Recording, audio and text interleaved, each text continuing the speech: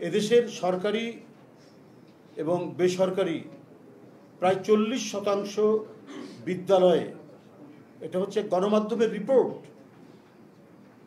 বিদ্যালয়ে আপনার আধুনিক প্রযুক্তি নির্ভর বা প্রযুক্তি নির্ভর কোনো শিক্ষা কার্যক্রম নেই।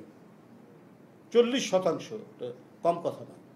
এবং সেটা গ্রামীণ অঞ্চলে আরও কঠিন অবস্থা। শহরে যদি কিছুটাও থাকে, কিন্তু গ্রামীণ অঞ্চলে এটার মানে এই ঘাটতি আরও তীব্র, আরও বেশি। আমরা সেই দেশে বসবাস করছি। আমাদের সামনে কত ফানুস দেখানো হয়েছে, মেট্রো রেল,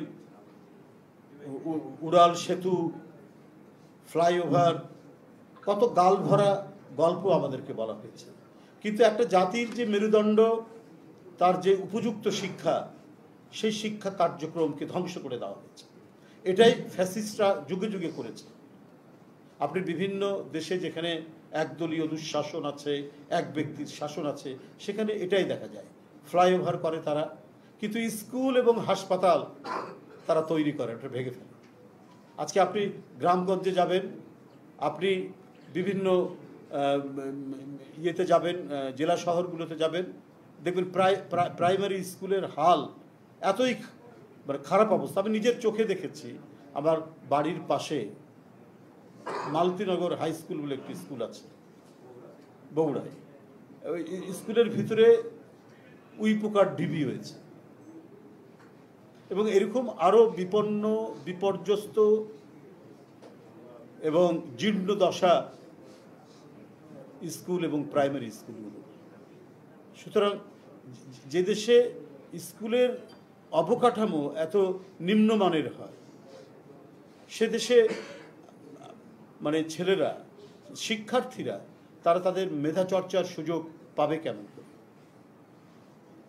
যদি স্কুলের হাল হকিকত যদি এরকম হয়, তাহলে সেখানে মানে প্রযুক্তির জন্য আলাদা ল্যাবরেটরি, তাদেরকে প্রযুক্তি মনস্ক, তাদেরকে বিজ্ঞান মনস্ক করার জন্য সে যদি অবকাঠামো না থাকে, সেই শিক্ষক না থাকে, শিক্ষকরা যদি সেই বিজ্ঞান চেতনায় উদ্বুদ্ধ না থাকে, তাহলে ছাত্রদেরকে উদ্বুদ্ধ করবে কি করে?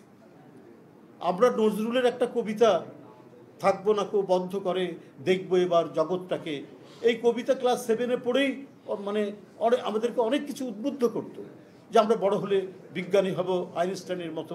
নজরুলের ওই কবিতাটা পড়ে এদেশের মহান কবিরা যে উদ্দীপনামূলক কবিতা লিখে গেছে, কিন্তু যারা বাস্তবায়ন করি, আমরা যারা রাজনীতিবিদ, প্রশাসক, আমলা, আমরা কিন্তু উদ্বুদ্ধ হয়ে আগামী প্রজন্মের জন্য আমরা সেই কাজটা করতে পারি না।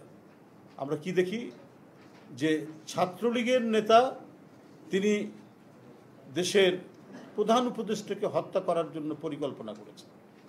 আজকে যদি সত্যিকারের বিজ্ঞান নির্ভর, প্রযুক্তি নির্ভর মানে আমাদের শিক্ষা যদি ঢেলে সাজানো হতো, তাহলে শিক্ষার নাম নিয়ে, ছাত্রের নাম নিয়ে একটি ছাত্র সংগঠন থেকে তৈরি হওয়া একটি ছেলে, আপনার আজকেই আপনি খবরের কাগজে দেখুন যে তেজগাঁ ছাত্রলীগের সে সাধারণ সম্পাদক ছিল। যে ছেলেটি ছাত্রর নাম ছিল, সে দেশের একজন প্রধান উপদেষ্টাকে হত্যা করার একটা চক্রান্ত সে করেছে, এবং সেটার মানে হদিশ পাওয়া গেছে শরীয়তপুর থেকে। কারণটাই একটাই, যে 15-16 বছর ধরে আপনার জ্ঞান চর্চা, বিজ্ঞান চর্চা এর মানে কোনো অবকাশ ছিল না বলেই আজকে মাস্তান তৈরি হচ্ছে, আজকে গুন্ডা তৈরি হচ্ছে। ছাত্র নামধারীদের দিয়ে কিভাবে মিছিল ভাঙানো যায়, কিভাবে মিটিং ভাঙানো যায়, এই প্রশিক্ষণ দেওয়া হয়েছে। আজকে যদি সত্যিকার অর্থেই সেই শিক্ষার পরিবেশ থাকতো, সত্যিকার অর্থেই এখানে প্রকৃত শিক্ষক যে জ্ঞান বিজ্ঞানের চর্চা করত, সে তার ছাত্রদেরকে সেভাবে গড়ে তুলত।